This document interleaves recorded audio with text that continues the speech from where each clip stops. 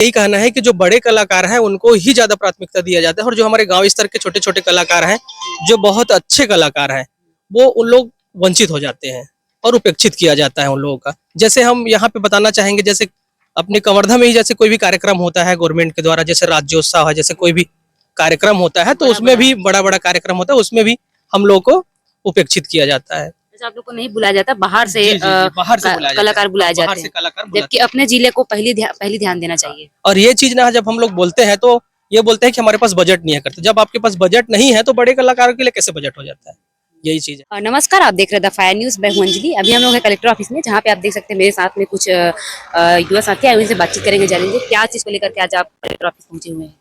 मैं गुरदास मानिकपुरी, प्रदेश अध्यक्ष, छत्तीसगढ़ प्रदेश लोक कलाकार कल्याण संघ से हूं। और आज मैं छत्तीसगढ़ के सभी कलाकारों के लिए जो सरकार के द्वारा योजना संचालित की गई है वो पूर्ण रूप से संचालित नहीं हो पा रही है। उसके लिए हमने पुनः माननीय कलेक्टर महोदय के माध्यम से माननीय हमारे प्रदेश के मुखिया विष्णुदेव साय जी मुख्यमंत्री के नाम ज्ञापन सौंपा है, जिसमें जो कलाकारों के लिए योजना बनाई गई है वो अभी तक संचालित नहीं हो रहा है। जैसे कि जो कलाकार 60 वर्ष की उम्र पूरा कर चुके हैं उनको पेंशन मिलना चाहिए। तत्कालीन संस्कृति मंत्री माननीय बृजमोहन अग्रवाल जी ने विधानसभा में 14 फरवरी 2024 को घोषणा किया था कि ये मांगे जो है कलाकारों का ये मांग बढ़ाई जाती है करके 2000 की जगह में पेंशन 5000 किया गया है। और जो कलाकार कल्याण कोष से लंबे बीमारी, गंभीर बीमारी के लिए 25,000 रुपये जो सहायता राशि दी जाती थी उसको 50,000 किया गया है। और मृत्यु होने पर कलाकारों को जो 25,000 का अनुदान उनके परिवारों को मिलता था उनको उन्होंने 1 लाख रुपए देने का घोषणा और बजट में भी पास हो गया है, ऐसा प्रेस विज्ञप्ति के माध्यम से जारी किया गया है। किंतु आज तक ये योजना का लाभ हमारे छत्तीसगढ़ के कलाकारों को नहीं मिल पा रही है। दूसरा चीज़ ये है, ग्रेजुएशन हुए 2021 में कलाकारों का ग्रेजुएशन का सूची बना, लेकिन उसमें जो मापदंड किए गए थे उसमें भी बहुत सारी विसंगतियां हैं और उसके चलते हम लोगों ने मांग किया था कि पुनः ग्रेजुएशन कराया जाए।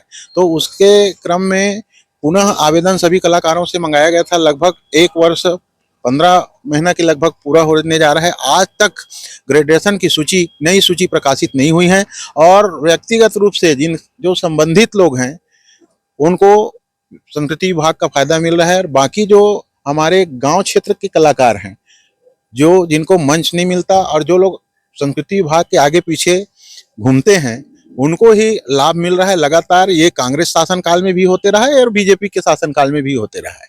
इसके लिए हम अब बहुत मार सह चुके हैं। उपेक्षा का दंश हमेशा स्थानीय कलाकार, ग्रामीण क्षेत्र के कलाकार भुगत रहे हैं और वहाँ जो आजू बाजू चमचागिरी करने वालों को ही फायदा मिल रहा है।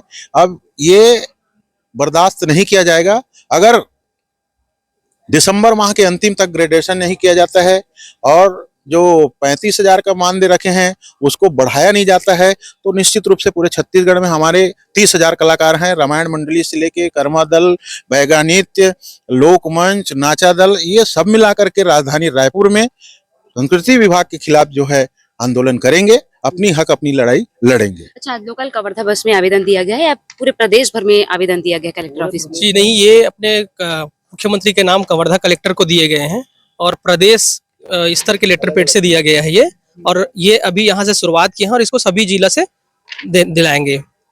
और हम लोग का मुख्य मांग ये भी है कि जैसे यहाँ पे संस्कृति विभाग में चिन्हारी पोर्टल में रजिस्ट्रेशन किया गया है, लेकिन अभी तक से उसका सिर्फ ना रजिस्ट्रेशन नंबर ही बस जारी किए हैं, उसका प्रमाण पत्र जारी नहीं किया है। तो वो भी हमारा मांग है और कलाकारों का परिचय पत्र अनिवार्य रूप से बनाया जाए, ये भी हमारा मांग है। आपका कहना है कि जो बड़े लोक कला है उनको ज्यादा प्राथमिकता दी जाती है, जो छोटे स्तर के हैं उसको नहीं दिया जी जाता। जी जी, बिल्कुल बिल्कुल, हमारा यही कहना है कि जो बड़े कलाकार हैं उनको ही ज्यादा प्राथमिकता दिया जाता है और जो हमारे गांव स्तर के छोटे छोटे कलाकार हैं, जो बहुत अच्छे कलाकार हैं, वो उन लोग वंचित हो जाते हैं और उपेक्षित किया जाता है उन लोगों का। जैसे हम यहाँ पे बताना चाहेंगे, जैसे अपने कवर्धा में ही जैसे कोई भी कार्यक्रम होता है गवर्नमेंट के द्वारा, जैसे राज्योत्सव है, जैसे कोई भी कार्यक्रम होता है, तो उसमें भी बड़ा कार्यक्रम होता है, उसमें भी हम लोग को उपेक्षित किया जाता है। आप लोग को नहीं बुलाया जाता, बाहर से कलाकार बुलाए जाते हैं, जबकि अपने जिले को पहली ध्यान देना चाहिए। और ये चीज ना जब हम लोग बोलते हैं तो ये बोलते हैं कि हमारे पास बजट नहीं है करते। जब आपके पास बजट नहीं है तो बड़े कलाकारों के लिए कैसे बजट हो जाता है, यही चीज है हमारा।